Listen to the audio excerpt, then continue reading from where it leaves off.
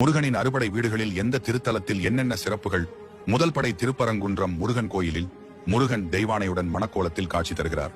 இங்கு மலை வடிவில் சிவபெருமான் அருள் புரிகிறார். அமர்ந்த கோலத்தில் முருகன் காட்சியளிப்பது சிறப்பாகும். இரண்டாம் படை வீடு திருச்செந்தூர் கடலோரத்தில் அமைந்துள்ளதால் திருச்சீரலைவாய் என்றும் ஜெயந்திபுரம் என்றும் பெயருண்டு. இங்கு முருகப்பெருமான் சூரபத்மனை அழித்ததாக கந்தபுராணம் கூறுகிறது. மூன்றாம் படை பழனி சித்தர்கள் வாழ்ந்த புண்ணிய பூமியாகும். பழனி முருகர் சிலைபோகர் சித்தரால் நவபாஷாணத்தால் உருவாக்கப்பட்டது. இங்கு அபிஷேகம் செய்யப்பட்ட பஞ்சாமிர்தம், பால், தீர்த்தம் சாப்பிட்டால் சகல நோய்களும் தீரும். நான்காவது வீடு தன்னை விட தன் பிள்ளைகள் அறிவுடையவர்களாக இருப்பது தந்தைக்கு மகிழ்ச்சியை தரும். அதையொட்டி தன் பிள்ளையின் வாயால் பிரணவ மந்திரத்தின் பொருளை கேட்டு பிள்ளை குருவாக இருக்க தானே சீடனை போல் அமர்ந்து கேட்டார். அதனால் சிவகுருநாதன் என்ற பெயரை முருகப்பெருமான் பெயர் பெற்றார்.